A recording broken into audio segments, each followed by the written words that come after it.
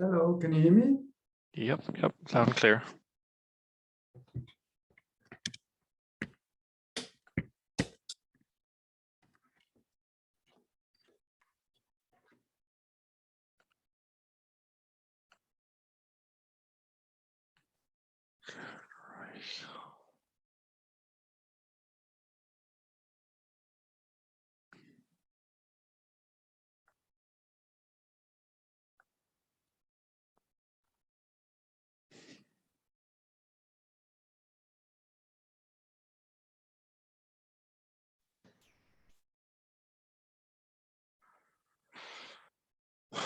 Sorry for the delay, everyone. No problem. Can you hear me? Yep, loud and clear. Thank you.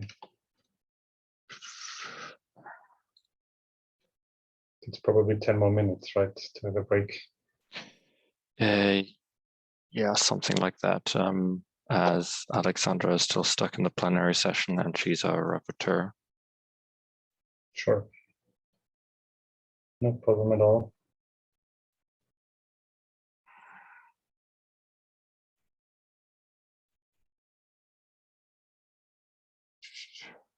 And you will run the slide deck, right? Correct.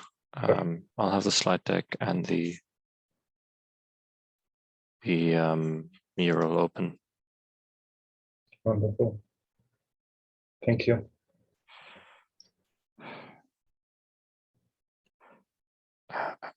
Okay, so we're missing two of our other discussants so far, but we have some time.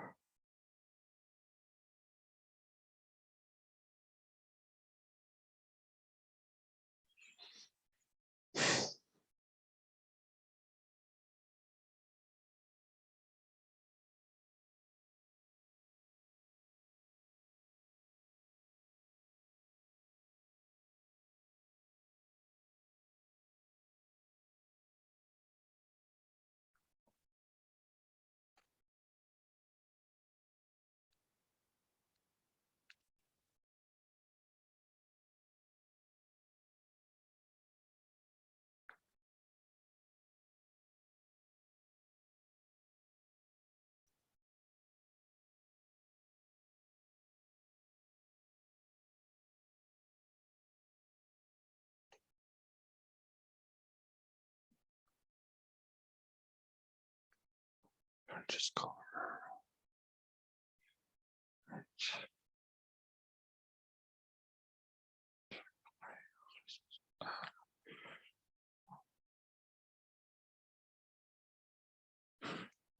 Good morning, Francisco, or good afternoon. Good afternoon.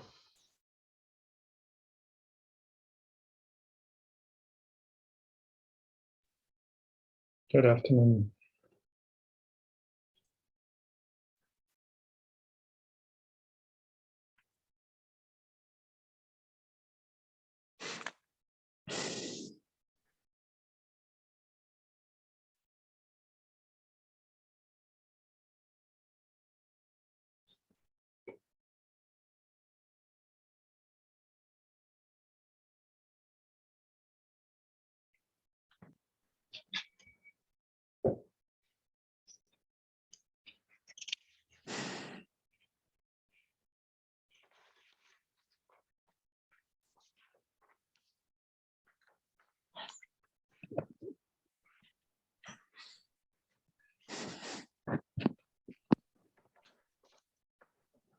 Okay, good morning, everyone. We're just waiting for our two rapporteurs. Alexandra is still stuck in the plenary session, but once they're in, I'll allow everyone in from the waiting room and we can begin the session. I hope that's okay with everyone. Sounds good.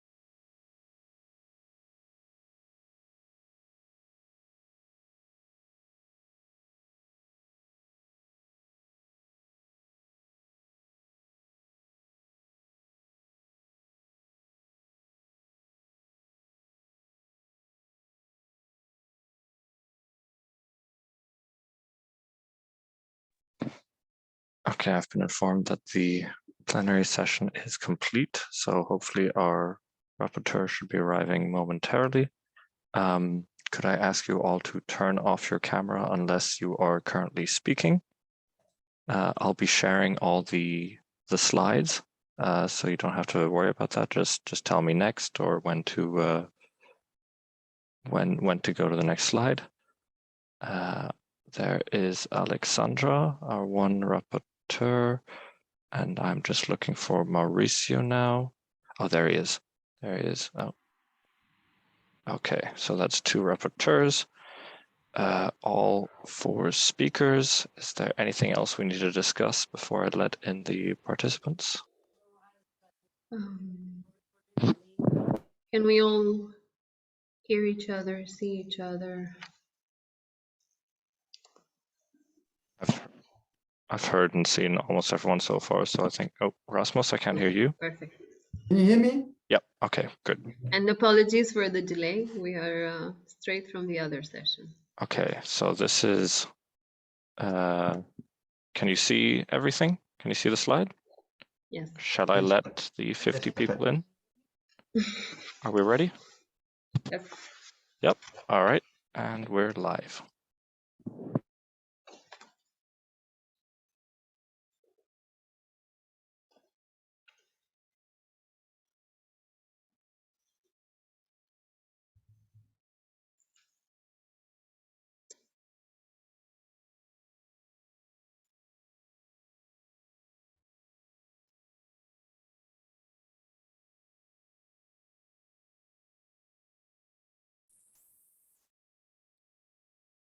Okay, I see the number of participants has stabilized.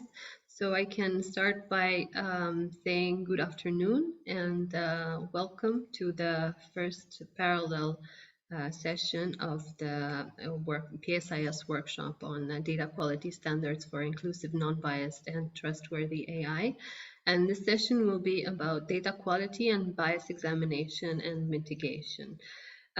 So the main issues that we are going to discuss in this session are related to how we are creating and documenting data sets for AI. And the goal is to understand what standards and guidelines we currently have and what is still missing in the standardization landscape in order to make sure that the way in which we are governing, doing data governance in which we are creating and documenting the data sets for AI is suitable so that we can have robust, trustworthy, inclusive, and non-biased AI systems. If we can go on to the next slide. Our roundtable speakers are Dr. Rasmus Adler from Fraunhofer Institute, Francisco Herrera from the University of Granada, Dr. David Reichel from the European Union Agency for Fundamental Rights, and Dr. Fred Moshtather from the Information Sciences Institute. My name is Alexandra Balahur and I am from the Joint Research Center, and together with my colleague Maurizio Salvi, we will be moderating and being rapporteurs for this session. Before I give the floor to our roundtable speakers, I would like to just say a few words about the housekeeping rules. And also how we will be attending to questions. We will be using Slido, as you have seen also on the plenary session. This time on Slido, you have to select the bias examination and mitigation session room on Slido to ask the questions. In the Zoom chat, please only ask technical questions to the host so that we don't have to, we're just 2 people, so looking in so many places at the same time would be quite challenging. For bandwidth reasons, please keep your camera and audio off. And then just to give you an intro and a structure to how we will be conducting our discussion, if you go on to the next slide, You can see, so we will have an initial brainstorming about the specific aspects which require standardization in our in the creating and documenting data sets for AI part. Then we will be looking at how we can map this. So this will be seamless. You will not see this process of mapping, but we will be working in the background, taking notes based on the discussion of the roundtable speakers. And then we will try to understand what is there and what is still missing. And finally, we will be working together on seeing how the different aspects that have been identified should be prioritized in terms of what is really important and difficult to do, what is easy and important to do, what is easy but not important, and what is difficult and not important. So what should we do next, basically? What are the next steps that we need to take? So you will be seeing this matrix being filled throughout the session, not on the screen, but it will be done in the background. And during the flash presentation session tomorrow, where all the sessions will be explained, all the results of the different sessions will be explained by the rapporteurs. You will be seeing what the different things from the different sessions were identified for each of the panels. So without further ado, I would like to invite our roundtable speakers, our panelists, to come in. And first, I would like to invite Dr. Adler from Fraunhofer IESE to tell us a bit about the background and his knowledge on the field. Thank you. Yeah, thank you very much. So I'm program manager for autonomous systems here at Fraunhofer IESE. So by the way, if you can you share the slide? So there's also some slides that I've shared before. Yeah, that might help me a little bit what I wanted to say. So yeah, and in this regard, I'm looking into AI and safety critical applications, so autonomous systems typically. And my role at program manager for autonomous systems is to align the research agenda of the different departments here with respect to the topic safe AI. So with the safety department, data science department, and in general, the research question is for me, so which data quality is sufficient when it comes to AI and safety critical applications? So there's always a question, how safe is safe enough? Also for normal software, but for normal software is more or less answered, more or less precise depending on the domain, but for AI it's not. Yeah, related to the question, what is special with AI, depending on the definition of AI that we use. And yeah, the line of project that we are doing here at Fraunhofer, one example would be, for instance, the XMAI project together with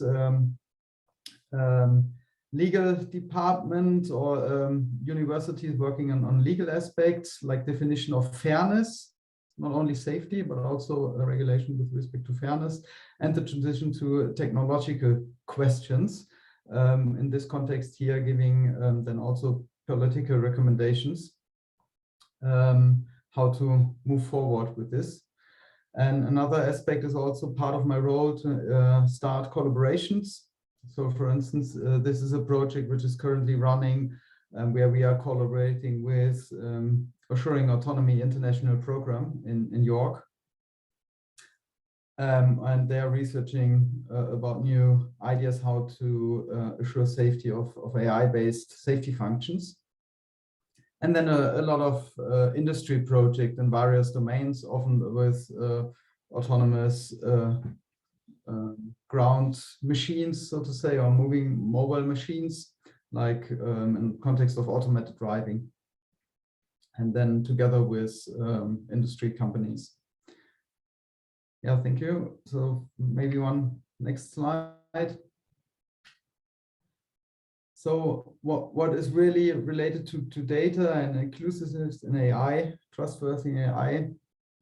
One question is the usage of AI in safety critical systems. So how to assure that the data for AI is sufficient? How can we answer this? So which characteristics, for instance, when it comes to robustness, how to measure robustness and how robust is robust enough? And can we answer this question at all without looking at the complete system? Because we typically derive the requirements from the complete system down to whatever software and a sensor or which kind AI we are talking about.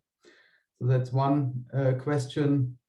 And then a fundamental question when it comes to software, traditionally in safety, you don't talk about random, you don't consider them as random failures, they are systematic failures.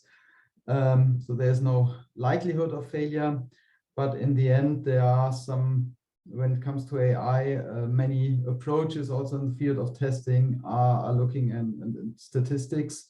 So how can we combine these two worlds?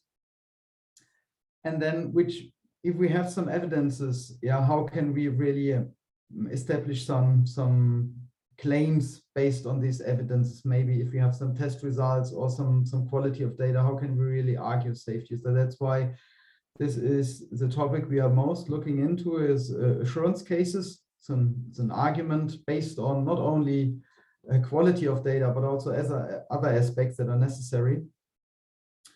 And here I've referenced some previous work from us where we are what we have published.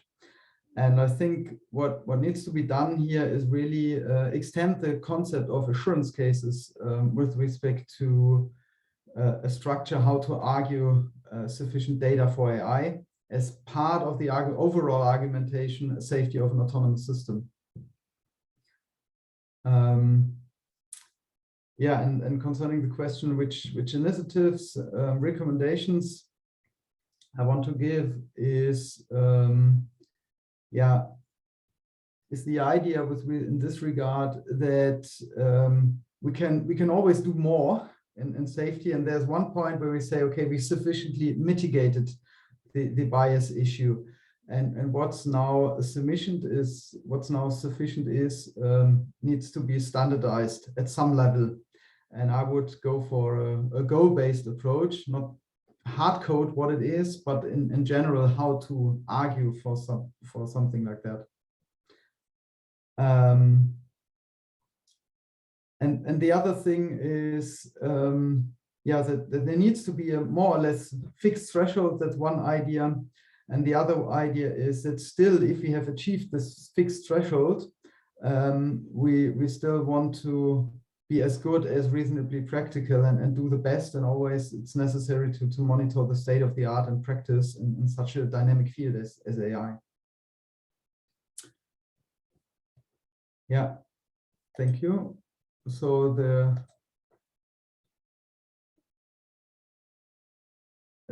last thing, last questions, next steps forwards is, so in terms of regulation, what is missing is, I would even say, proper definition of AI, at least that it's clear enough in the relationship to current safety related use cases. So currently there are a lot of things out there which would fall under the AI Act, would fall under the AI Act, and I don't see any need to have a different approach in terms of regulation there.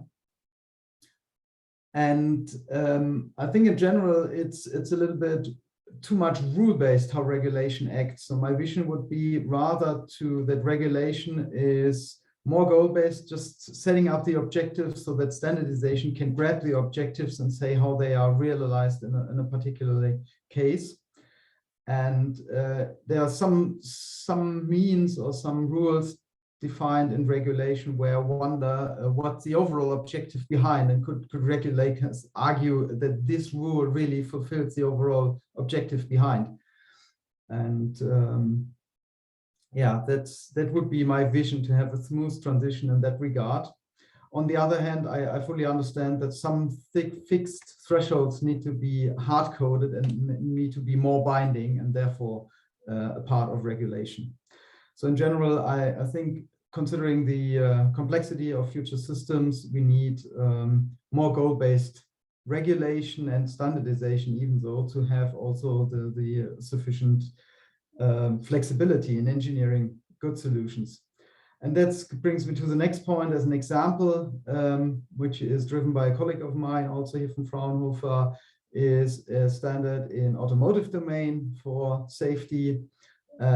This is ISO RV PAS 8800. So there's also the idea already in the proposal, or the idea to use assurance cases to say, okay, which evidence should be collected, and now based on this evidence is how can you create a safety argument. So in what are the objectives, short-term, long-term? So I think we have to somehow transition from a prescriptive regulation to an standardization to a more goal-based approach, as it's considered the idea of assurance cases. So that's my personal opinion in that regard and experience that I made in my domain. Thank you very much.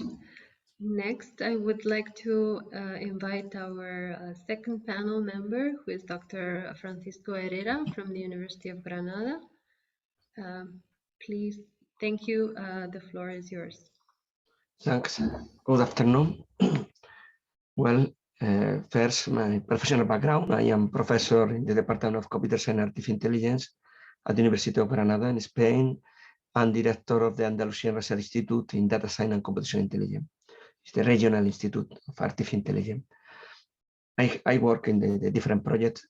Here, I highlight some of them, particularly associated to the current workshops. In particular, the last one is a regional project that we study methodology for improving data quality, fairness, and privacy in artificial intelligence. And these 3 points, these 3 aspects will be discussed by me in the challenge. Please, next one, please.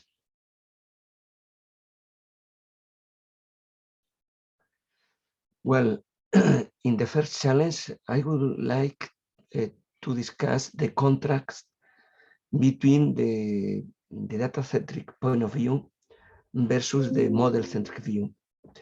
In the classical approach, in machine learning, data science, artificial intelligence in general, we follow the model-centric view. We collect what the data, what data you can collect, and then we develop a model good enough to deal with the noise in the data. And in the classical approach, basically, we focus attention on the model. But really now, we are in a new scenario when the data are the central point of view. Then the new vision is associated to extracting small data to get quality data, because this is the foundation for good artificial intelligence approach from a data-centric point of view. In my opinion now, the solution now, the approach must be to improve the data while hold the code, the algorithm fixed. And it is a necessary action from a practical point of view. We must focus the attention on the data. We need to consolidate the small data, and it requires a data preprocessing analysis to adapt iteratively the data to fulfill the input demands of each learning algorithms. Really, we need to focus. We have some special learning algorithms, and when we fix the learning algorithms, the learning model, we need to focus attention on the data, and iteratively, we need to improve more and more the data in order to get the smart data, quality data for the problem. It's fundamental to focus this action to solve our problems. Please, next one. The second challenge is the discrimination of artificial intelligence algorithms. We know a lot of examples when we find the discrimination. We know that this is a central point of discussion, and some of my colleagues in the panel will discuss about that. We need to check where what is the origin of the discrimination, the algorithm or the data? We know that basically we have the problem in the data, and the fairness associated to the data is the problem. The solution now is to transform the data or to fit the models, but basically to transform the data to obtain fairness in the decision taken automatically. We need to focus attention more and more on the data quality and the fairness associated to the data. The third one, the third challenge I would like to highlight is the privacy. Privacy is essential in a lot of areas, and in the near future, if we try to develop together projects in different areas like health or other ones, we need to preserve the privacy and also to put together the potential knowledge extracted from the data. Then we need to ensure privacy in the data and models trained from the data, avoiding the leakage of sensitive information. We need to pay attention to the data privacy by design without any risks being compromised. It's fundamental to consider different artificial intelligence approach, particularly federated learning, that provide us the possibility to preserve the privacy. Well, next one, please. In short, for me, three important challenges are associated. First, to data preprocessing methodologies. It's fundamental to develop data preprocessing methodology to obtain small data. Now we have a lot of methods, preprocessing methods. We have a box of data processing methods, but it is very important to analyze the kind of data, the different possibility to develop different methodologies in order to provide automatic approach to get quality data. The second one is avoiding bias in models to the data fairness, removing biased data, and of course mitigating bias. And the third one, robust learning, to adversarial attacks that attempt to undermine the privacy of distributed data. Is fundamental to develop robust learning approach, federated learning, and so on, with a complete guarantee about the privacy. Well, next one. Well, regarding to the next step, in my opinion, FAIR is fundamental to start with the different national artificial intelligence supervisory agencies. Now here in Spain, the government in the budget of this year, they decided to create in Spain, we will create the first European agency. The idea of our government is to approve it at the end of this year, in December approximately. And in fact, my city, Granada, is one candidate to have here the agencies. I think that this agency is fundamental to start the regularization and to advance about the use of artificial intelligence, especially in the risk scenario.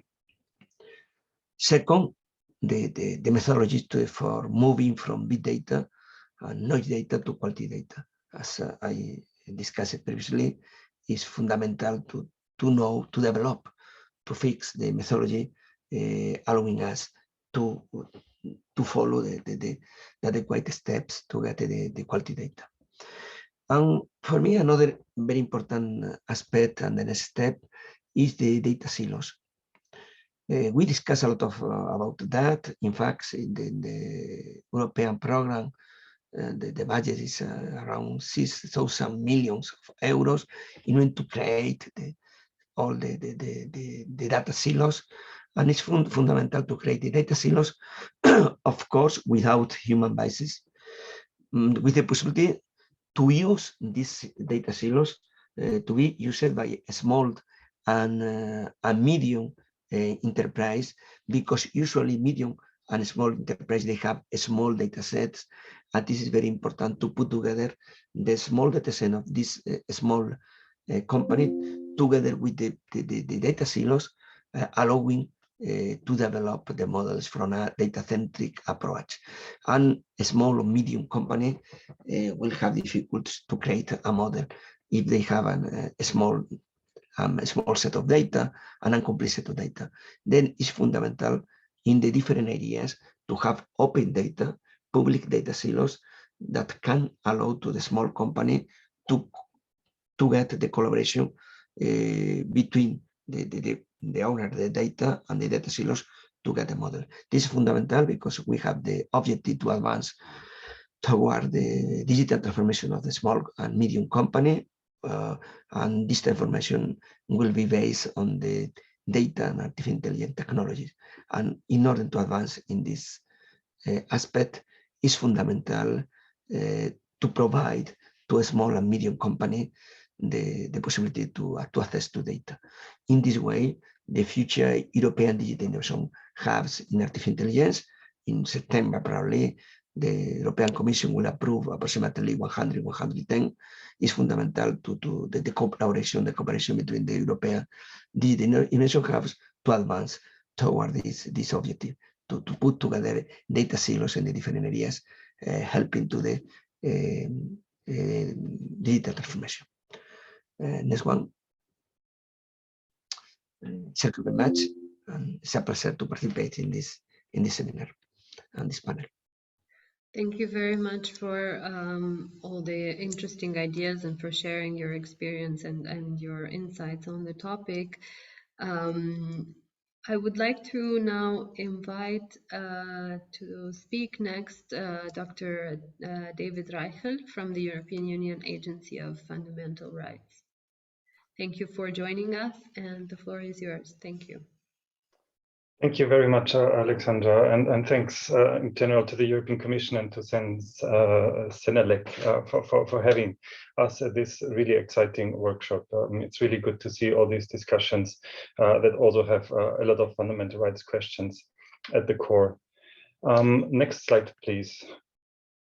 Yeah, so I work for the EU Agency for Fundamental Rights. So we were established 2007, and our mandate and task is to provide the EU institutions and the member states with data and analysis on fundamental rights issues. So fundamental rights, they are enshrined in the Charter of Fundamental Rights, established 2001, and since 2009, it has the same legal value as the treaties of the European Union. So it's a legally binding document on the institutions and member states in the area of EU competence. I work at the Fundamental Rights Agency as a project manager in the sector data and digital. I'm responsible for several projects in the area. I have a social science and data science background, and I'm currently responsible for two projects. One is called Artificial Intelligence, Big Data and Fundamental Rights, which runs since 2019, and the second one on online content moderation and hate speech. Since about around 2017, we started working on the topic and published a couple of reports. One of the main reports was published in December 2020. It's called Getting the Future Right, where we spoke to users and developers of AI in the EU member states and getting a sense of how fundamental rights are a topic when new technologies such as AI are used. In 2019, also we published a paper on data quality and AI, outlining a few issues linked to fundamental rights and potential solutions to it. In 2018, actually, we also published a paper on discrimination in data-supported decision-making. And at the moment, we are also still working on a report that specifically looks into specific use cases of bias and algorithms and how this links to non-discrimination. Next slide, please. Yes, so the challenges based on our research, we heard it already often in this workshop. I don't need to provide more examples. We saw very often that it can happen when you use AI or automation that it leads to discriminatory outcomes. Whenever we discuss bias, I mean, of course, bias can be defined in various ways. For us at the Fundamental Rights Agency, discrimination is the problem. This means if the use of an AI system leads to people based on protected characteristics like their sex, their age, their ethnic origin, and so forth, if the system puts them at a disadvantage because of these protected characteristics. We also already heard, of course, one possible and an important source of discrimination could be the data quality. And there are several different instances how this can happen. Non-representative data, we heard some groups are not well represented in the data, leading the system to not work properly for some groups. Low quality data, of course, that could be, everything could be called low quality, but here I refer specifically to data that are measuring not the right thing in a way. For example, there's a study in the United States where police forces were convicted to conduct ethnic profiling. And these data, historical data, obviously shouldn't be used for an algorithm to automate the way policing is carried out. So discrimination already enshrined in data sets. For example, also hiring algorithm that Amazon wanted to use has the same with sex discrimination. Erroneous data, of course, is always a problem. That I think is also relevant for input data, not just the training data, but then once you apply it to new input data, we did a study also at EU borders on smart borders and found that erroneous data are unfortunately quite common in some systems. And lastly, missing data, of course, relevant. They can be just systematic for some groups, but what is also relevant is that sometimes missing data refers to also missing information. And this is why some other signals that are linked to protected characteristics may be picked up. And that leads to the next point on challenges to identify bias in relation to protected characteristics. First of all, there is still a lack of awareness and relatedly assessment. So while most people know, of course, it can happen, users we spoke to of AI usually say, but not in our tools. But without having looked into it more closely. And the challenge looking into it is one of the challenges is linked to so-called proxy data, meaning that just only because you don't process information on age or on sex, it doesn't mean that it cannot discriminate, because it may be that there's some information that is strongly correlated with these characteristics. Yes, and then a point I don't have on the slide is, of course, the complexity of certain tools. I mean, some people think it's a black box AI, which is, of course, a problem, but it is for sure a challenge to look into models with many million parameters. But I'll get back to this in a moment. In general, it's also important to highlight that there are limits in mitigation. I mean, if you really have low quality data enshrining some bias, sometimes you just cannot unbias them, and you may not have the data that are fit for the purpose at hand. But as we also heard before, it really depends on the purpose. And then, of course, there's also no computational solution, but the solution is in getting higher quality data, which may sometimes also be too expensive. Next slide, please. So solutions, as I said, awareness raising still, experts, most of you listening here are aware of all these issues, but still future users, it's really important to continue raising awareness to how bias can happen and when it would lead to harmful outcomes. Yes, and it's at the moment underway. Legal requirements for documentation especially are relevant. And we usually suggest that the Fundamental Rights Agency to carry out so-called fundamental rights impact assessments.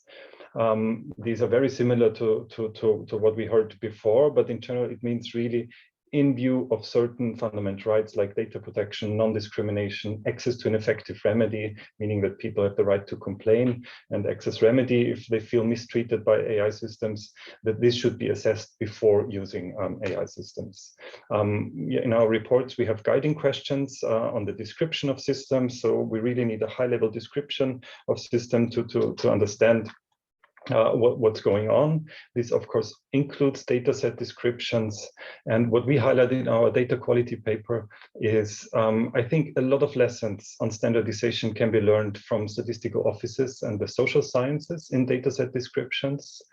To me personally, it was quite a surprise, reading a lot about machine learning and computer science, but coming originally from statistics, the data quality and data set description were up until now virtually absent in these textbooks. So I think the statistical areas is much more advanced in this respect, and there are a lot of lessons that can be learned.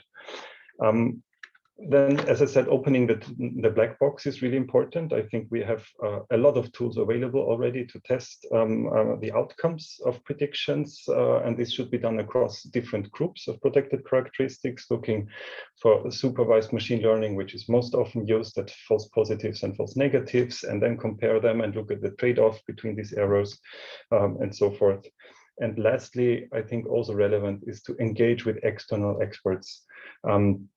For us, this is not just oversight bodies, but I think also people concerned. We heard before, for example, stakeholder mapping, because they can really raise awareness to issues that people or developers wouldn't be aware of. Next slide, please. I'm coming to the end. Yeah, so maybe the first 2 points the other way around. At the moment, it's really important for everyone to engage in policymaking. I think there are some transparent procedures ongoing. The most important, of course, we heard being by the European Union. So the proposed AI Act by the European Commission is a very important initiative currently being discussed. And it's a very welcome initiative. And I think it enshrines already a good set of data set descriptions. Of course, a lot of the provisions are subject to many of the discussions. I won't go into any detail here, just to highlight that not just the standardization and assessment is relevant, also oversight, meaning that external bodies can check afterwards what happened to look for fundamental rights violations. I completely agree with the first speaker that the definition of AI is still a very important aspect to be tackled. I'm happy to discuss more on this later on. And yes, lastly, and that's also maybe not the best point to close, additional research on concrete use cases. Still, many people are only working at the beginning of adopting and looking into the potential use of AI for their business purposes and public administration. And we will learn more in the future, and more research is still needed. I'll stop here. Thank you. Thank you very much for all the information and all the insights from your experience and from your knowledge. As we have some questions in the Slido, but before I ask the questions to our speakers, I would like to give the floor to our fourth panelist, who is Dr. Fred Moshtather from the USC Information Sciences Institute. Thank you very much for joining us, and the floor is yours. All right, thank you very much. Yeah, so my name is Fred Moshtather. I'm a research assistant professor at USC. I'm also a research team lead at USC's Information Sciences Institute. Next slide, please. So I have several active projects in the context of fairness. So the last speaker was just talking about the importance of definitions. We work to evaluate and design them. As previous speakers have said, a lot of fairness problems come from data collection. So we work on sussing out and correcting biases in our collected data sets. And we also have a lot of work on applying fairness in certain domains, especially social work and childcare and things like this. I have a lot of projects on cultural modeling, where we try to identify cultural norms in remote regions of the world. Of course, that requires us to have an understanding of the data that isn't necessarily inherent to the data, but if you don't know it, it can introduce unfairness. We have quite a bit of work on conversational agents. So building conversational agents that give fair responses and don't fall into these patterns of toxic behavior. Next slide, please. So if I had to choose the two biggest challenges that we face on a regular basis. So the first is biased data. So the data we collect naturally is going to contain human biases. It was generated by humans after all. And if we just blindly apply that to our machine learning algorithm, that trained model is going to propagate those same biases. So one example of that is shown on the right there, figure 1. Here we see a knowledge model that's spitting out these bias predictions based upon what it's been shown at training, right? So we need to be really careful about this. We need to assess and mitigate bias. So some solutions, this can be done at the model level. So we can work on building more robust models to try to identify this noise and remove it at training time, and to build predictions, and to create predictions that aren't biased. Going up the pipeline, we also want to remove this biased data so it isn't shown to the model to begin with. The second challenge is fairness metrics. So this is really a huge problem in this space. So there are many, many different fairness definitions out there. Some of them are incompatible, meaning that you can't have both at the same time, or they directly contradict one another. In other cases, some are missing, right? So we don't have existing fairness metrics that are well defined for certain aspects like equity, for example, overcoming historical biases. Usually it's just done at prediction time. It's possible to game some of these metrics. So you can game, for example, statistical parity, which is kind of the hello world of these fairness metrics. So for standards makers, I think things for them to keep in mind is looking at the standardization that's been done in certain contexts. So I know law has looked a lot at things like individual fairness and how that can be used to determine the fairness of a specific law. Also, I don't think we need to rely on just one fairness metric for any application. Very often, there are multiple that can apply, and studying them more deeply can give you a sense of which ones not just matter, but are revealing the most fairness in that particular context. And of course, it's important to work with stakeholders in the application area to understand what fairness means to them, so that we can build algorithms that reflect those same gold standards of fairness. All right, next slide. So way forward and next steps. So it's really important to focus on open data with selection and collection strategies. So what I mean by that is it's not just enough to publish your data set online. You also need to tell people how you collected it so they can better understand what types of biases may be in there. As I said before, I think it's really important to have standardizations of fairness metrics, especially for high-risk scenarios, especially when we want to, have it in a particular context. We need to work with stakeholders in that particular context. Lastly, we're very, as scientists, as engineers, likely to take these off-the-shelf algorithms and use them. There are a lot of dangers there, so it's really important that we audit the existing algorithms to prevent unfairness from propagating. So we've done a lot of work in looking at a lot of off-the-shelf NLP methods like named entity recognition. As you can see on the bottom there, these off-the-shelf tools that are being used widely have unfairness baked into them. They can't find female names as shown in the bottom left. So we need to be able to audit these algorithms and understand the biases that they are predicting and introducing into our data. All right, thank you. Looking forward to the discussion. Thank you so much for your contribution and for all the ideas. I am running between the talk and the mural, trying to capture already from the wealth of information and ideas that you have already mentioned into the mural to start the discussion. So we have seen that there are many different layers that we need to be looking at when we are dealing with data inside AI systems. And I actually need to apologize because we are working on the data which is inside the AI systems. And thank you to my colleagues for sharing the screen.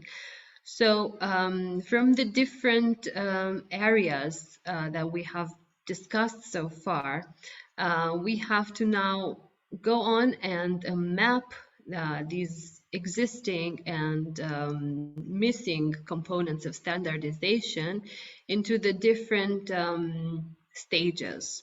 So there has been a lot of talk on data quality requirements at the data collection stage.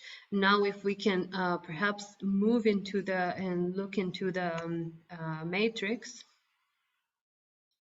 Okay, we can see that there can be different things missing in different stages of the standardization process. So now my question to the speakers would be for the data creation part, although this is part of the other session, because it was mentioned here, Where do you think there is a missing piece in guidelines, in real guidelines and standards?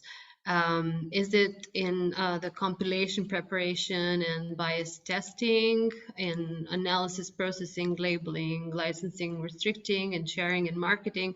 And what is this lack? Is it that we don't have terminology that is rightly defined? Is it that we don't have ways to measure the data? So we were talking about goal-based regulations, so not just the data, measuring the data, but actually creating the data based on a model needs. Is it something related to how we characterize the performance? Is it something related to the data compatibility? And is it related to a compliance assessment, or that we have no tools to actually assess whether something is biased or not? So now I give the floor to our speakers and to bring in some insights on this. And I will go back to the screen and bring all these elements that we have been discussing about into this matrix. So who would like to jump in? So the goal here is to move those things on the left, those notepads to the right? Yes, Basically? of course, but also add additional elements. So here we can start from the compilation, from the, let's say, the data creation part is not our main focus. Our main focus in this session should be on the AI system creation and production and the deployment and marketing. So where data sits in these two phases. But of course, all of you have already mentioned different issues that are related to standards and ways in which we prepare data for AI systems. I think I would start maybe from the data collection versus the model-centric view. Do you think here there's an issue with terminology or with the metrology? So we have no ways to measure this, or do we not know how to characterize performance in this, or what do you think the issue is right now, and what standards do we still need to create in this sense?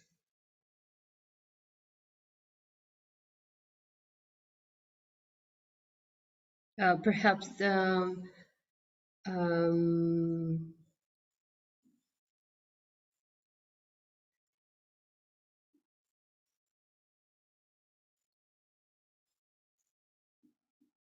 would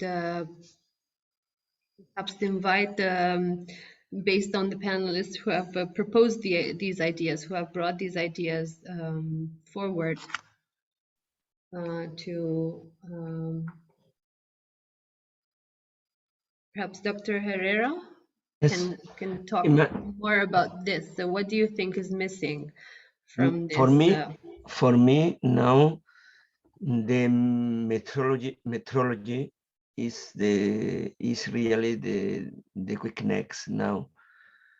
I think particularly how to determine that we have top quality data. Really, the metrology associated to quality data is a goal now. Is a challenge, because we have.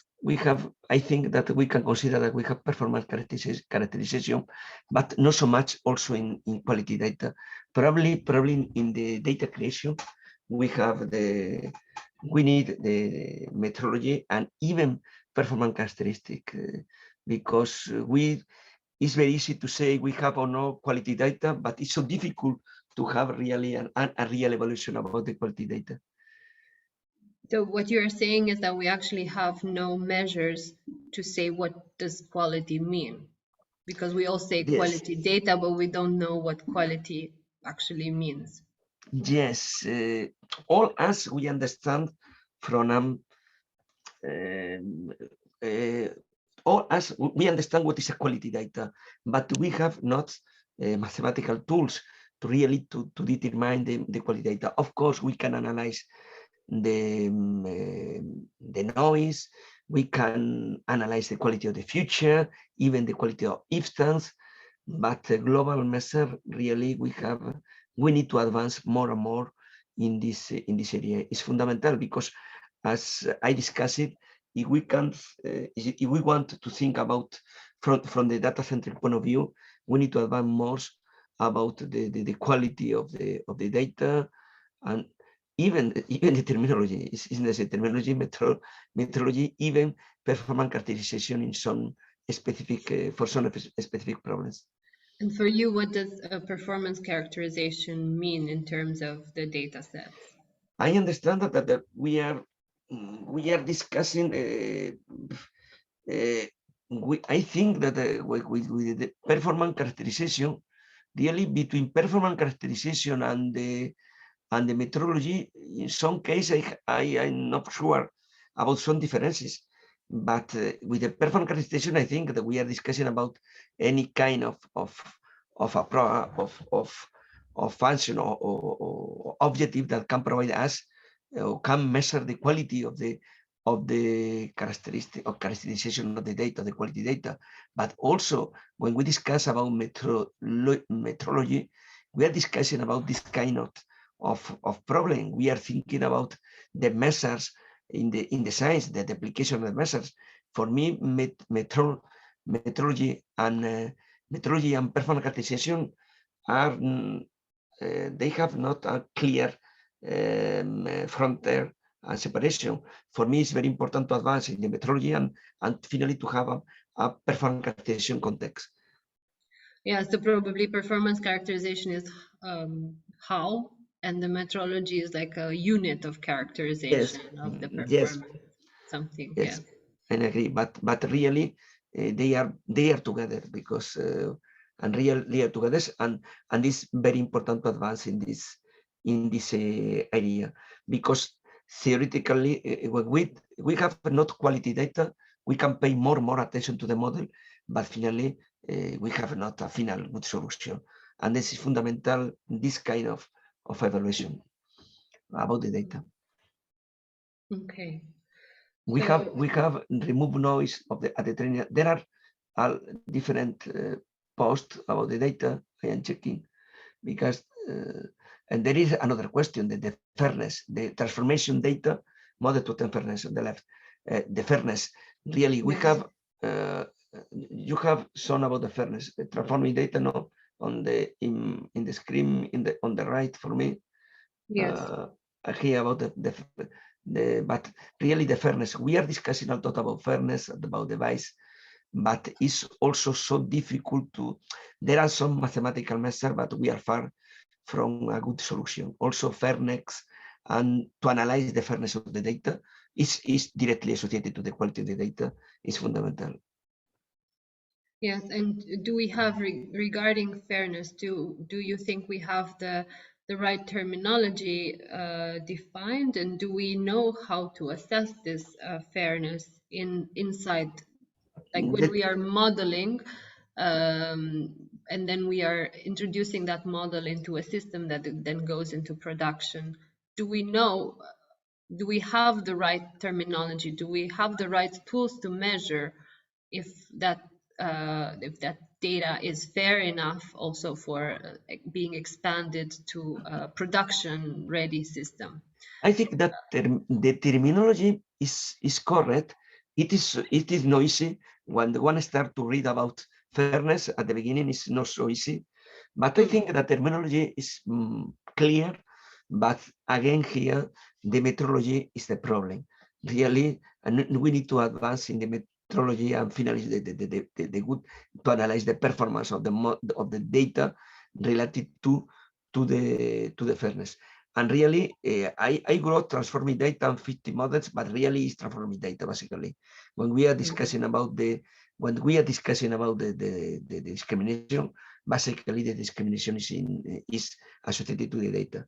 Then probably, of course, it is a very young area, the fairness, and we need more and more research to advance in the methodology, approach to analyze the fairness, and methods to introduce to correct the fairness. Okay, so this is missing.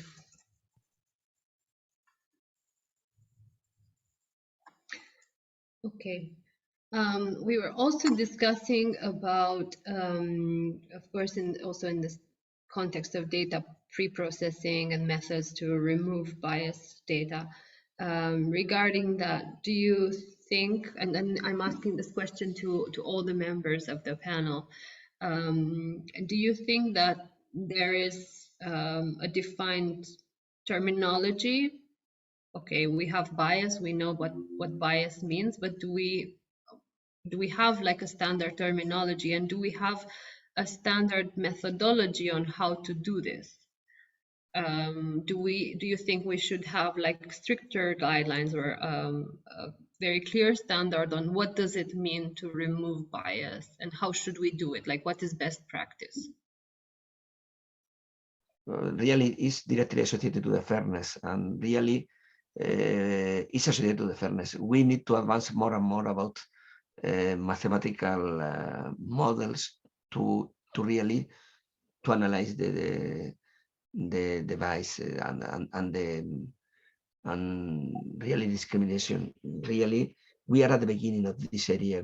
It is a very young research area, and really to remove the biased data, it requires more and more study now. There are some approach on study, but basically we detect the device due to the error of the models or the final models, and then to go inside the data and to check the device is now so difficult. Really, of course, it is associated really to the behavior of the system. When you learn, extract the knowledge and you apply, and then you can check if you have the discrimination device of the data. But of course, we need to work together with the model and the data. But it is really one of the most important challenges. Some of us in several presentations appear the problem of the bias, fairness, and in different ways. Really, we need this a very young area, and for me, the fairness, the quality of the data from one point of view, and the fairness that it also inside of the quality of the data, the problem is they are very important. A methodology, as I discussed, a methodology for pre-processing and different methodology for fairness. I understand. Thank you very much. You also mentioned the data collection perspective versus the model-centric view. Do you want to expand on that and say where this would go? So would this regard the requirement for special guidelines and for special standards, or do you Rasmus wanted to say something, and yes, I'm also happy. I cannot see you. Yeah, Rasmus has his hand up for a while, and yeah. I'm also happy to chip in afterwards. So I want to raise the question because in my opinion, so I'm not an expert in fairness, but as far as I understood, so there is a definition like from a legal perspective of discrimination and discrimination free. And we heard that it's about protected characteristics like female or male, but it's not like if AI learned that somebody who is in a surname, the letter R, yeah, it's not discrimination. And for me personally, so I don't care whether I'm discriminated, whether it's my sexes or whether it's my surname. So that means I think we need some notion of fairness, which is more or less independent from technology. And it doesn't matter whether the algorithm is based on AI and data or whether it's another algorithm. Yeah. So, and I think that's a different to safety. For the safety, the objective is clear. So if nobody is harmed at all, yeah, then that is the goal. And it's clear that you cannot achieve this goal totally. And it's a matter of how safe is safe enough. And I would think we somehow have to establish a similar thing, saying, okay, what's a clear objective related to that, what the speaker says about all the fairness metrics, yeah? Can we agree on something what fairness means, which is also maybe hard to define? And based on that, if there's some goal, then one can break it down and saying, okay, how much do we deviate due to some unwanted effects related to data?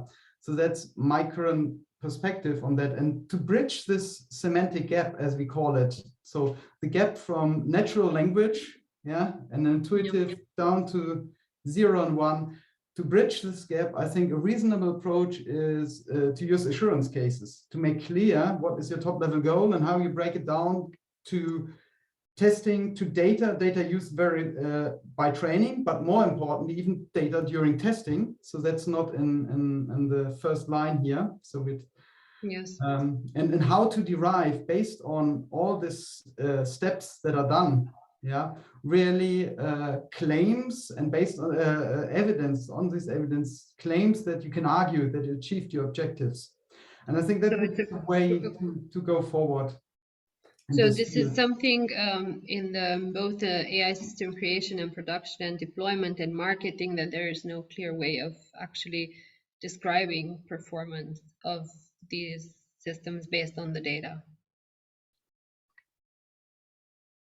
Yes, one could, I give you an example, like for instance, when it comes to safety, so that's a little bit my field. You can say, okay, how safe is safe enough? And then you can think of, yeah, maybe we can compare with a human driver and then with the best human driver and how many accidents do we have? And all these discussions, yeah, they have nothing to do with AI in the first sense. So you could also create an autonomous driving vehicle without having AI-based or data-driven models, yeah.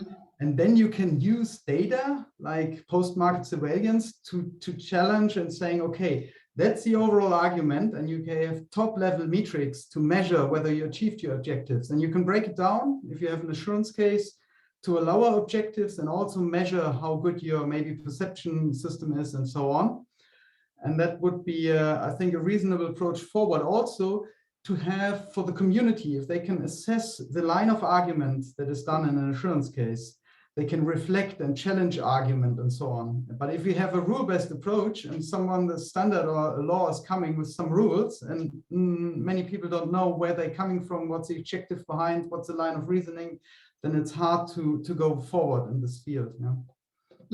So you say that this is something that should be consistent throughout the life cycle of the AI system, and that it should be, one should be able to verify at whatever stage, also when you want to put it on the market or when you're using it in a different scenario, or that there should be an accountability line. So from there, consistent in the first instance also in terminology. So the first thing is law is using a different terms and codes than standardization and technology. So if they talk about a failure, they have totally different things in mind than safety engineers, and also with fairness and discrimination. And then we have, for instance, the European definition of AI, the AI proposal, which deviates from the idea that is on ISO IEC JTC1 SC42 definition, yeah, and all this, also the definition related for maybe autonomous systems, they are inspired by also law, how they see it. So there's, with terminology, it's a mess currently. So between law and different levels of standardization, and that would be the basis maybe to come up and clarify things for me. Completely agree to that. If I may jump in, yes. I know Fred also wants to say something. I think the starting point indeed is the terminology. As we heard, I mean, there's a legal definition of discrimination. In the end, it's also clear that the court has said, like, if you bring a discrimination case to court, that there is, at least in Europe, no general easy rule. You know, this is the threshold when it is discrimination. In the US, there is sometimes some sort of threshold, but in Europe, it's not. So it really always depends on the context.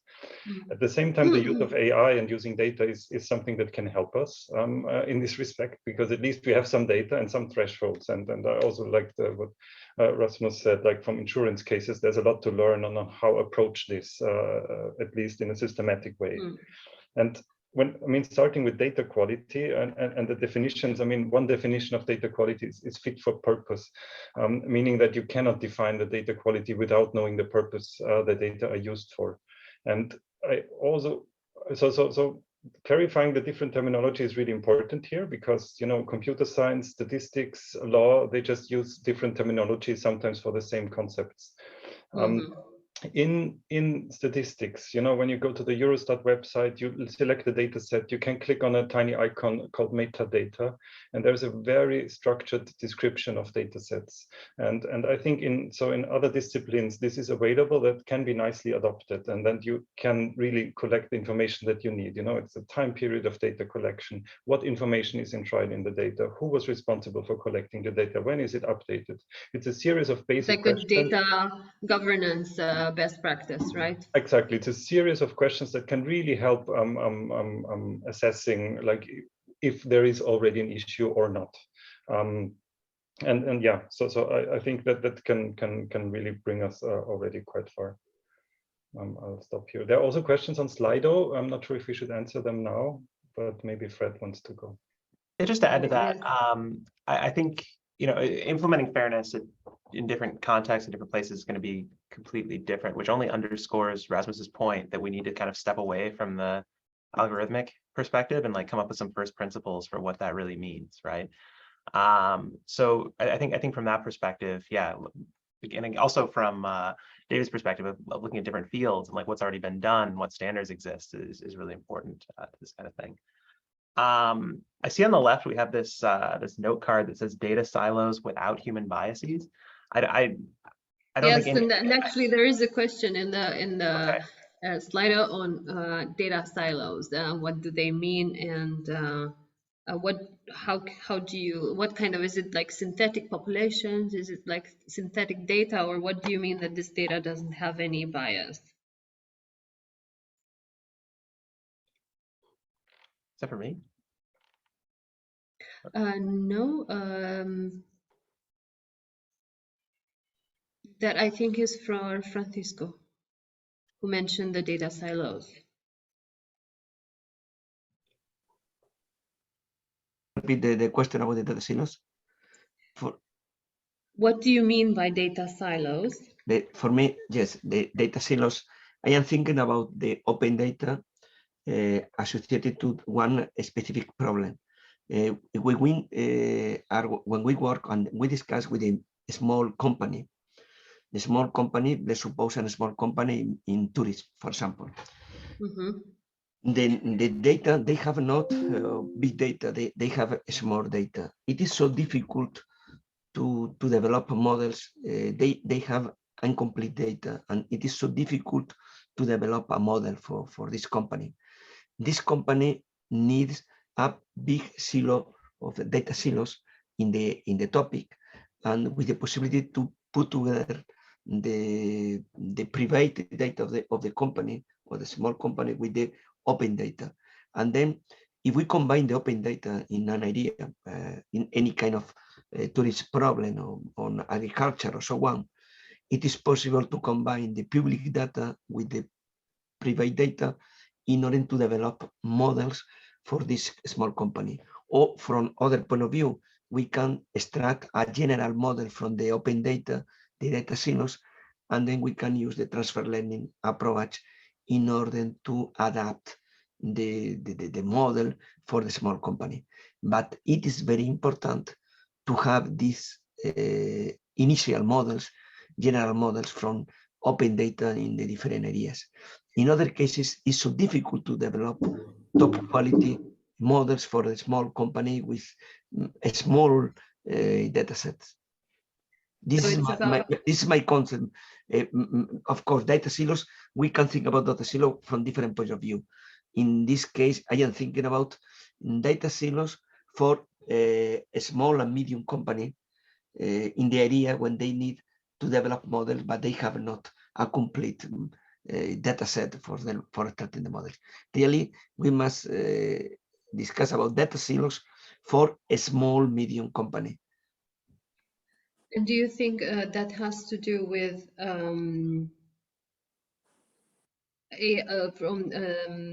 creation and production and adaptation of the training part of a system? Like you Yes. said, it's you apply it to one field and then you know it's quality data, and then there needs to be also some way of ensuring that if we apply it to a different field, or that we apply it to a slightly different version of that field, we still get good results. Is that an issue of compatibility of Yes. models? Yes. I think about that, and in fact now in the Digital Europe program we have 6,000 millions of euros in order to create the data lakes, the European data lakes, and then we are discussing about big European data lakes, and I use the terms data silos for specific data lakes for a small and medium company ideas when they need to combine the owner data, the private data with more open data in order to construct the models. But data silos from my version is a data lake, the classical data lake associated to the specific problem of the small and medium company. Was And my do we have, yeah, sorry. Are we sure that these data lakes, because then they are also created from different types of data from different sources, how do we ensure that they are not biased? Because you mentioned that they are of course, less biased. Of course, we need this data without a human bias. Of course, it's fundamental, because if a small company use no quality data, and then they have a problem with the model. Of course, it's fundamental without the bias.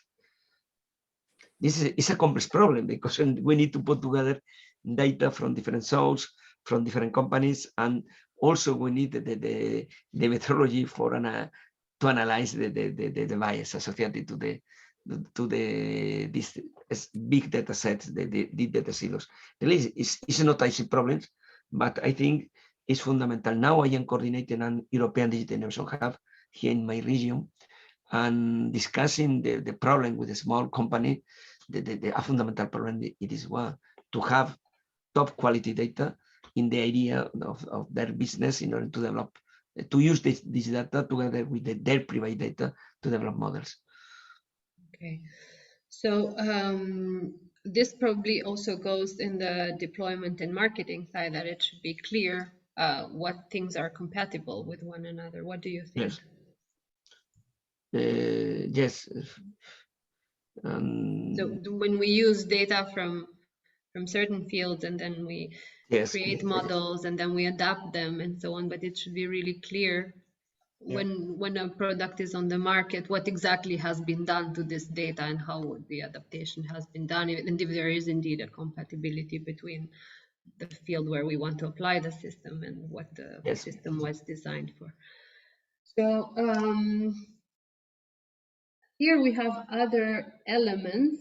Please feel free to step in and discuss them based on your for me, another topic, the adversarial attacks is fundamental. In on the right, adversarial attacks is associated to the privacy. In the future, we will work in different distributed scenario with federated learning, and this scenario is fundamental to develop the robust the models to avoid the attacks, and really to guarantee that we obtain top quality partial models from the partial data, and we combine them. And then this is fundamental to also to, I think that in the last 4 years appeared this problem, the federated learning, and we have a lot of studies about this topic, but I think it's fundamental in the future. We are in Europe, we have different data lakes in different countries in the same problem. Let's suppose different in the medicine, in the health, and it's very important to put together the partial model extracted from this data, avoiding any attack to guarantee that the model have quality. And these adversarial attacks, do we have, I mean, there is a methodology how to do it, but do we need like a standardization of the best practice? We need a standard. We need a standard. Now there are a lot of methods, but we need a standard in the future. And that is for performance characterization and the way to actually assess it, to give some measures of how that should be assessed. Yes.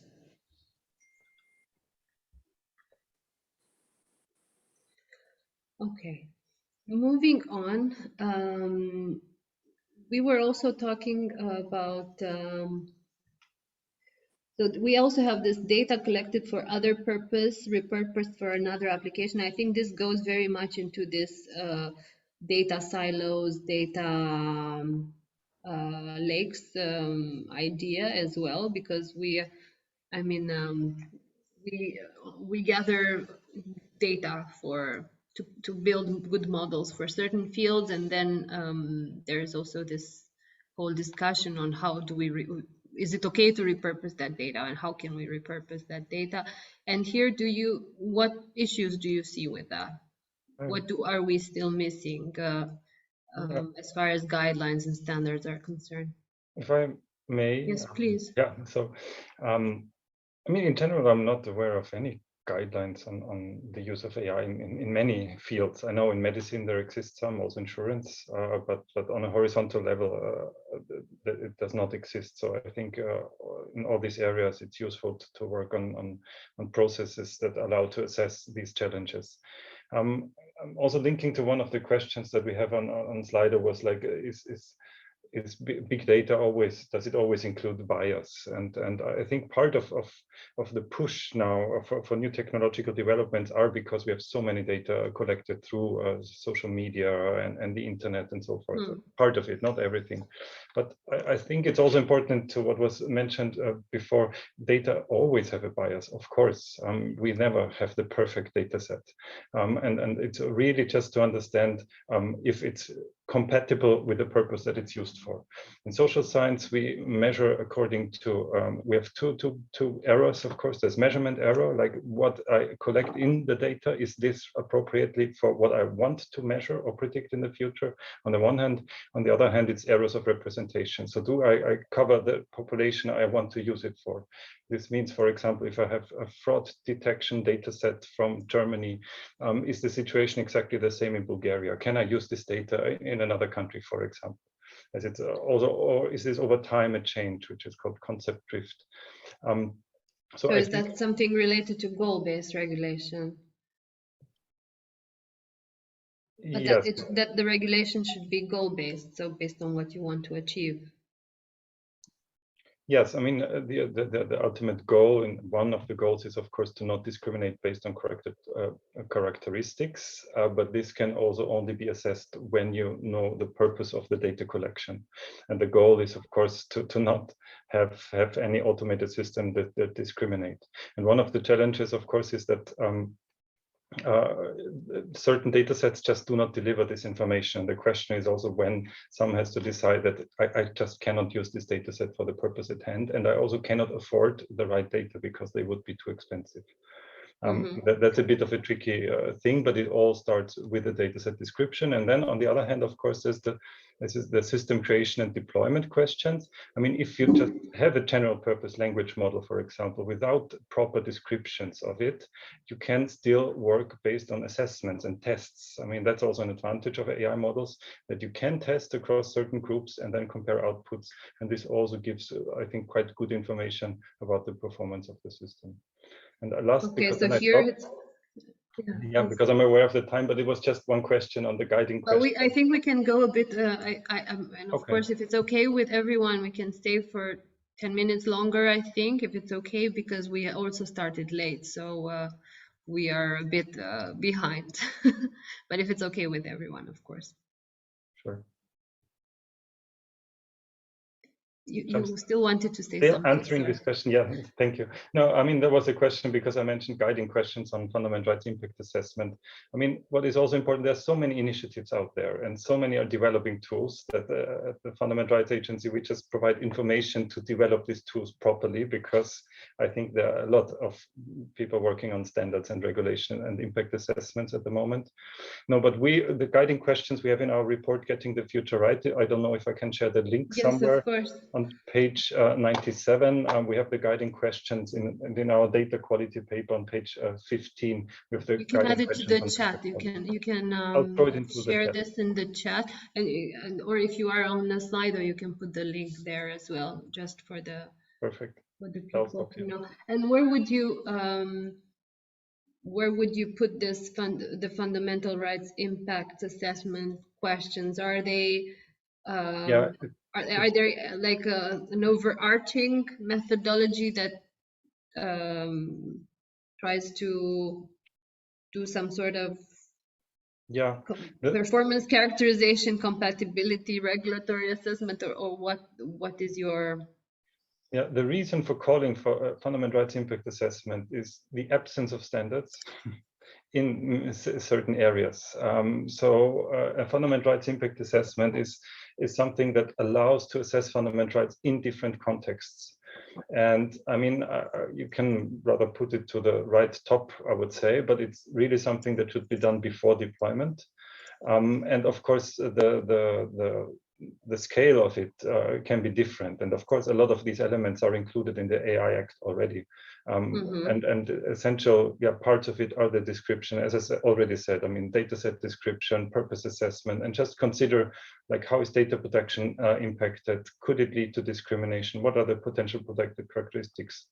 Can people, what is also important, can people complain when they are subjected to the use of AI systems? And that's also a principle of good administration, that all, like when public administration is using AI, of course, you always need to be transparent and explain how you arrive at certain decisions, because it's not acceptable for public administration to say, we actually don't know how this decision was taken. And so they're based on legal aspects more than sort of. Yeah, I mean, it's linked to bias mitigation. You know, bias can lead to discrimination, and of course, if there is strong indication that a system discriminates based on protected characteristics, then it needs to be seen if there can be a solution or not. If not, then of course the system just cannot be used. Okay. And for example, here we have something regarding the price of data. So quality data is sometimes pricey. So I wrote this down. I'm not sure who mentioned it. Perhaps Fred, I think, or I don't think that was me. But yeah, I mean that's true. It certainly how do can we deal with that? So I'm trying to figure out where this would go. I mean, it would go under data creation, I suppose, but I'm not sure which. I forget what the two rightmost things were, but it should probably go somewhere down there. But I think this also kind of speaks to the the openness of what we're doing, right? So like a lot of these data sets, like for example, Twitter, if you want to have, if you want to pay for tweets, very few people can do that. So that reduces the impact and reproducibility of your stuff. So I cannot move the sticky note for some reason. Oh, okay. But I promise I will move it afterwards. Yeah. So here it's a problem. It's of course of data creation, and that we don't have also what makes quality data pricey.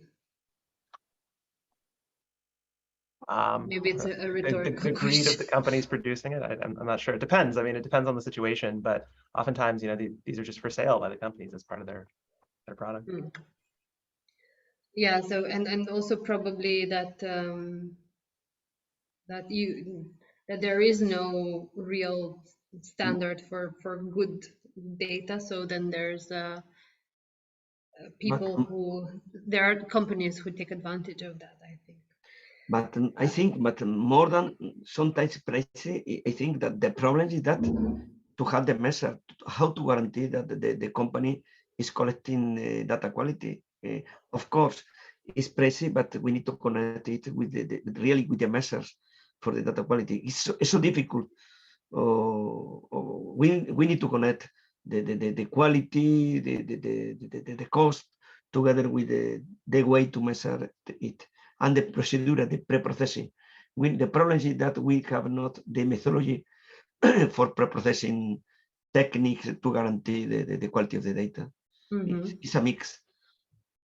So there's also no way to actually measure that and to bring like a sort of a fairness, no, also in the pricing of the data. Yes, Because it shouldn't be like a monopoly, because there's also, I think for some things there is a monopoly on social media data and so on. The companies have a monopoly, so they can say it's worth that. The monopoly is another problem in some areas.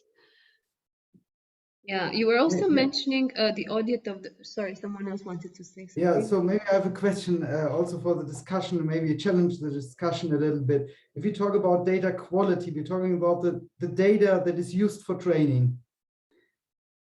Am I right? But also the data, for example, the data that is used for testing and the data as it is, split in when we're doing the training, development, testing. How do we split it? Because there's also, there are different ways to split the data, and there are different ways to assess, to evaluate the system as a sort of a mock-up, and then also ways in which we assess it when we think it's sort of done and we can put it into production.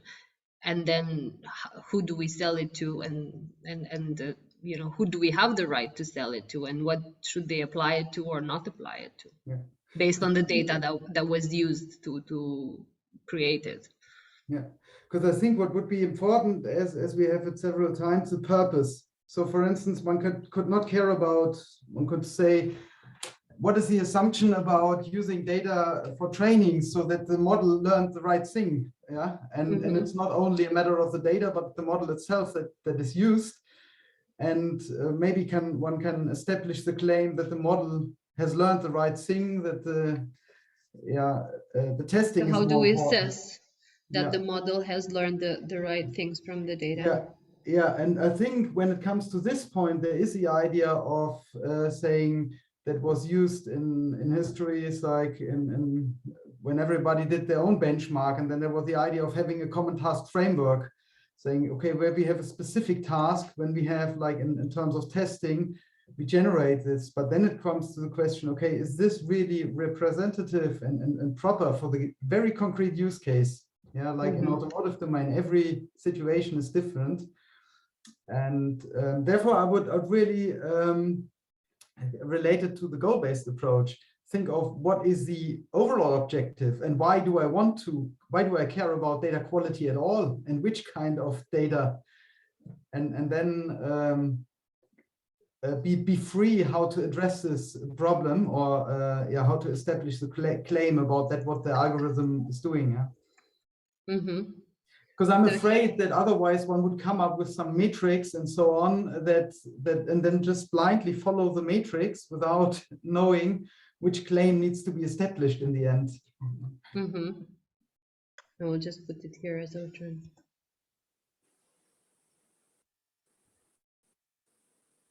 And that would be from the data creation to all the stages of the AI system, right?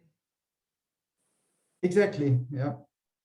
So what, in the end, also looking from an AI system as a component, what is the output? What is the critical kind of the output? Yeah, can we describe this failure mode, so to say, and starting from this point, reasoning about what needs to be done? Yeah. And maybe the critical failure modes can be safeguarded with simple monitoring approaches, yeah, where no AI is inside. So all these things need to be considered. Yes, you already mentioned something, which is, where is the black box? Opening the black box and challenges. I mean, you have the challenges to look into AI system and opening the black box. This is also something that is not very clear, I think. I think that was a good point also in relation to opening the black box, because, you know, accuracy descriptions of you know, how well can we predict something is usually based on some kind of training data, and then you get some kind of test data, but it's usually from the same as was just mentioned. So I think that's also really important for assessing the accuracy. Because yeah, there are a lot of these experiences that if you use then some models for predictions in the wild, that the predictions don't perform that well, which also makes it really hard to assess, because you don't have the data and you can not really experiment with predictions in order to get a better sense of how accurate you're actually predicting. Exactly. So it's also linked to what kind of data you're using. Also, the quality of the input data for the predictions in the future is another story. But I think, yeah, that's really for the AI system creation and production, opening the black boxes, like not only what kind of tests did you use, what data were used, what are the most important predictors in the data set. And what exactly do you use? Because sometimes you use I don't know, precision recall, left measure, accuracy, or whatever to characterize the performance of the systems, but maybe there is something missing, which is the performance of the data somehow, or the something else which should be added there, not just the precision recall, accuracy of measure of the system, but something else related to the data. Or to different samples of data or something else. So I don't know. It's just I'm just saying, but that probably is missing as well. No. Yeah, I think, I mean, if there were tests, then it's important, like what kind of data set was used to test them? I mean, was it just a set aside part of the training data? Or did you even test it on an entirely new data set? And of course, as I said, the performance across groups, if possible, across demographic groups, would be quite important there to get a sense of potential bias against certain groups when it's deployed. Indeed, and we have Claudius wants to come in with the. Yeah, if I can, Alexander. Yeah, sure. Although there are questions on Slido, I just wanted very quickly, because you talked a lot about the maybe metrology actually to measure quality and fairness and things like this. What do you think? Is it not more needed maybe in terms of standardization first to come up with a criteria-based approach of characterizing the data sets in terms of the view and the context, in terms of the purpose and the context and environment, and also the stakeholders. I mean, things that we heard this morning, and I think also David said it, quality is very much related, of course, to what's the purpose actually. Wouldn't that be a good way of maybe starting, or is that missing? I don't know. I'm asking whether that is a criteria-based approach for characterizing, describing data throughout the development cycle, not just for the creation, but also for post-market data tweaks, etc. Thank you. Exactly. Thank you. So I don't know if one of the panelists would like to talk about that. There is also, yeah, in the same way in which we say that also in the end, AI needs to be clearly defined, and fairness needs to be clearly defined in this, but also, as you said from the beginning, defining also the goals and the groups and the purpose of the application and everything, that it probably could be part of this. And we don't have actually a terminology for that. We don't know what exactly we should add, as also these performance characteristics that could perhaps be expanded with other assessments that we don't have yet. There was another thing that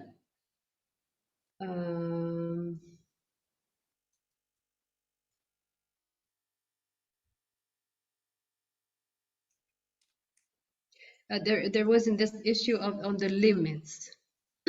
So when is data sufficient? And there is actually a question in Slido, what is good enough?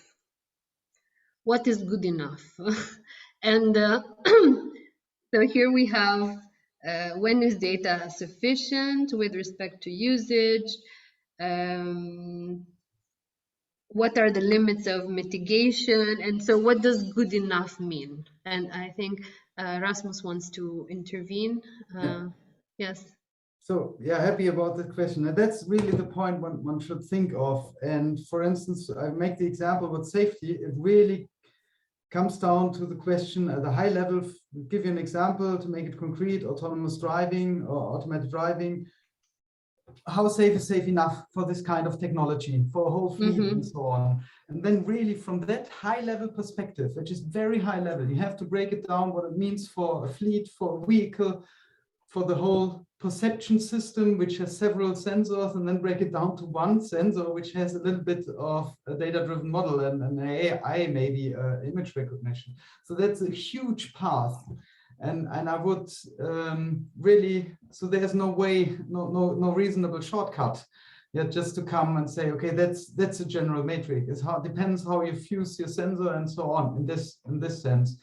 And it's a little bit different, I think, for other applications, but it should be derived from the top level objective and saying, okay, for this purpose, it's good enough. Yeah? Yes. And there needs to be, I think, because systems becoming more and more complex. So the system itself and also the environments becoming more and more complex in which these systems are established. So it's so likely that there won't be a simple rule that we can apply and say always this metric and then you are good. Yeah. Even though this is highly appreciated because it's a lot of effort to search for all the bugs and do all the reasoning, but that's, I think, the way forward. On the other hand, it's a huge advantage, yeah, because there is a risk that these simple rules, yeah, are very, for some cases, they are not needed. And then you have all the compliance work and you do all this work and you could have a very simple argument saying, okay, I have a strong argument that this is good enough without following all these rules. Yeah.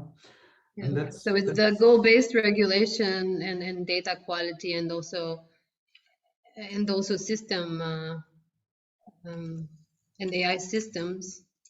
Exactly, that's the point. That also says what is good enough in the end, right? That's so. On a high level, there need to be somewhere defined some criteria. Yeah. So in safety, we have risk acceptance criteria comparing to existing systems, comparing to like thresholds. How much is it allowed that humans can die from technology just by bad luck, and all. So this minimum endogenous mortality. So there are some high-level risk assessment criteria which help us to then to argue at some point what is good enough. Yeah. And I would at least I think it's a question. It's also a research question how far this can be really traced down on a component level. Or on concrete, but there should be at least some idea, some reasonable idea or link between these things that are done. They're very low and the high level objectives. Maybe also thank you very much. To the VICO model. So value criteria indicator observables. I don't know if people are here aware of this. This goes in a similar direction. Oh, sorry, you call it VICO model? Yeah, value criteria indicator observable from VDE. So there's a proposal also how to break this down into some observable things that are related to maybe to evidences to have this trace from higher level objectives to something really measurable. And perhaps this could be helped. I see here this with research in concrete cases that could give a better assessment of exactly what is. If I may add to that, I think, one of the points here is, we are currently working on a horizontal model to make AI more trustworthy. To get a concrete number or measure if that's fine or not.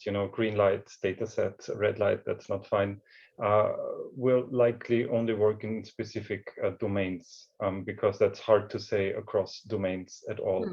And for statistics, for example, sometimes there are minimum sample sizes, and so if you're above this, otherwise you have to come up with certain accuracy confidence intervals that are the limits that are used for some statistical offices. But it's hard to say on a general level to get those rules. And I think it's also, like, on the general level, a bit hard, because sometimes people would like to have a measure like this, but it's simply not possible across the board. Having that said, I think it's also important to acknowledge that the documentation as such is already a value in itself, because the transparency of data collection is a huge problem in general. That some company may do a self-assessment and say, that's really perfect, that's fit for purpose based on this and that reason. And just having done this exercise is already important. They may not be aware of certain issues because it's not known, but this is also why I said oversight and other further research are still things that help us learning as we go along in the future. But the big problem on AI is the lack of transparency, that people say, oh yeah, there's some AI model that learned something, which doesn't allow us to assess if there's a problem or not. Yeah, probably a lot of help will be done also through the Data Act, also the way in which data should be documented, because I think that is a big part on, because we have the data documentation, but if people use different, document different things about the data sets, that also is not helpful. So I think this harmonization. Sorry, please, yes. Sandra, for me, this is really this concept, the data documentation. I would like also to know more opinion about that, but I am not expert in this aspect. But of course, it will depend on the context of the area. But when you are discussing about the data documentation, what are you thinking about to include more than the data per se? Yeah. So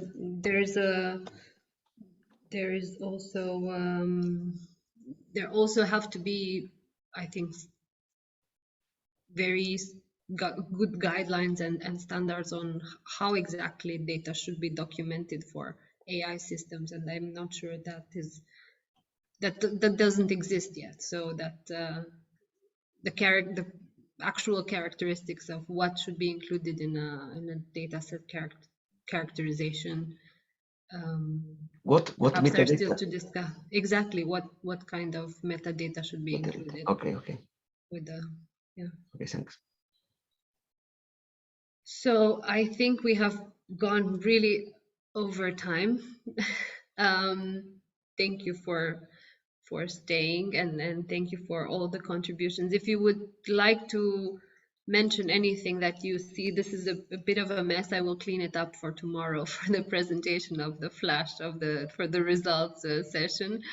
But if there is anything else you would like to mention, and something that you think should be really noted down, or something that you think was not said and it's very important to say it. I think I see Rasmus's hand is up. In my opinion, we have to know we are at the beginning of this idea. Really, we need to advance more and more about.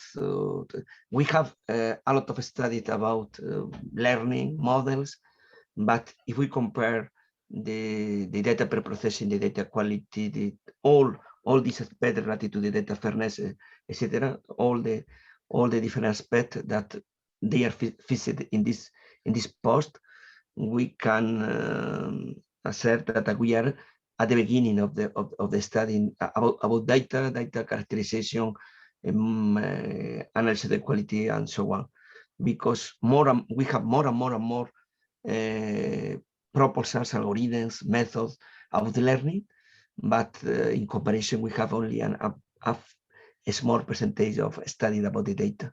And really, the potential, in my personal opinion, is the current potential to develop new approach, quality models, the potentially is inside of the data. More, if we improve more and more methods and algorithms, but the data are low quality data, it's impossible to get a final good model. But people in our community, of course, there are more and more attention about the models. Probably is when you start with a PhD student, it's easy to have a goal to improve an algorithm. It's clear you have the classical data set, that usually the classical data set are far from the real world, unfortunately. Unfortunately, but an PhD student, you can explain clearly, you need to improve the algorithm in this area. And the PhD student has very clear that they need to improve 0.1 in the average. But we know that really from a real world point of view, the algorithms are similar, because the data will characterize the final quality of the solution. Yeah.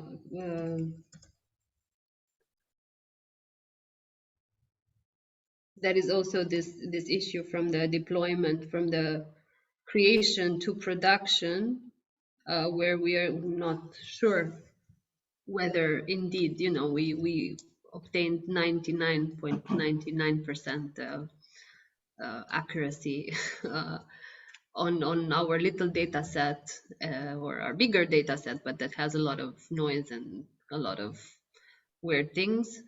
And then we say it can be deployed in production, but actually then in production it turns out it's not so as we had expected it. So that's where the gap needs to be filled on exactly what kind of data, and at what level of data are we able to put something in production or sell it or employ it for another field.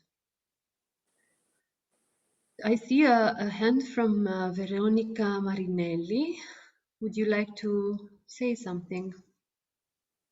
Yes, I just wanted to mention that there's an ISO IEC document 25012 on data quality.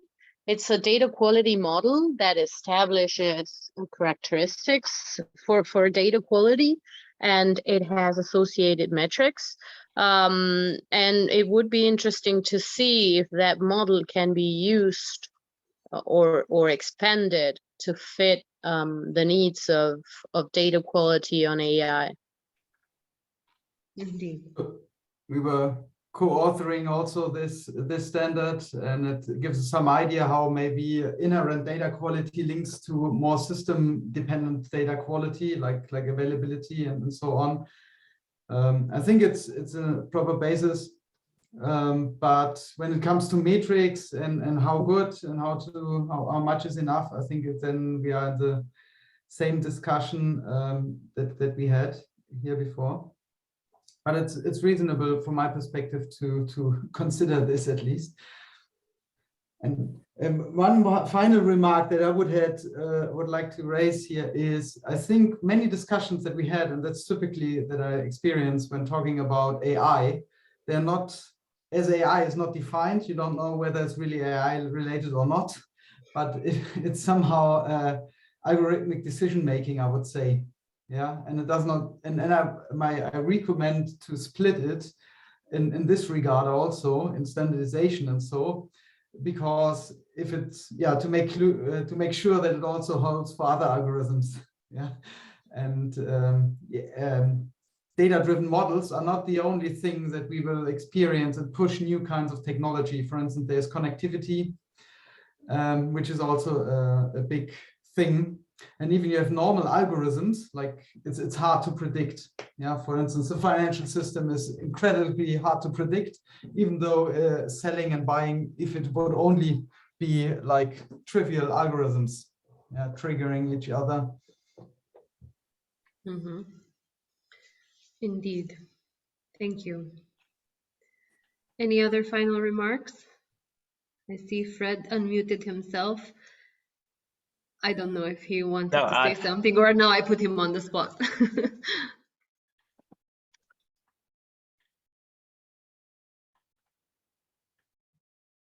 Oh, I guess since I'm still paused, yeah, I'll say, I think that a lot of these really come down to, working with experts in the respective fields. I think that's why we have a tough time going, too deep in any one of these topics.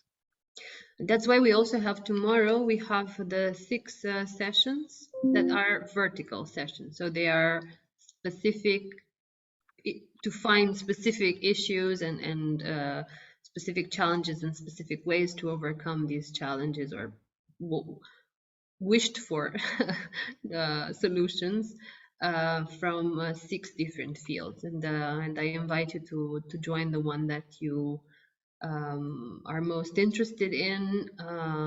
Just recommend Claudius, who is here. He will be moderating the session on medicine and health. So, Maurizio and I will be in the finance, and I will also be chairing the AI and media one. So we're looking forward to actually to going deeper in a way to also understand the specificities of these different fields and how they would benefit from further guidelines and standardization and measures and conformity assessment criteria for their specific cases. Thank you again very much for your participation and contribution, and for this very, very fruitful and animated discussion. There's still, I think we could stay here until tomorrow at this time. We would still not figure out, but we have some elements, and I will prepare them for tomorrow's flash presentation. Thank you again very much for your participation. Thank you first to the panel members, and then also to all the participants in this session. Thank you. Have a great evening, and see you tomorrow at 9. Thank you very much. Thank you. Bye-bye. Thank you. Bye. Bye. Bye.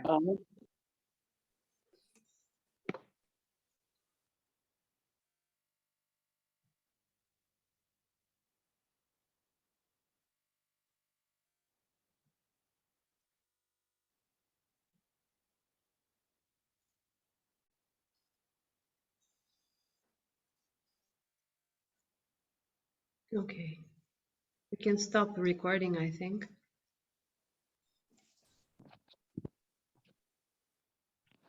Yep. I'll end the meeting here. Okay. All right. Thank you so much for everything. No problem. Have a nice evening. You too. See you tomorrow. Bye. See you tomorrow. Bye.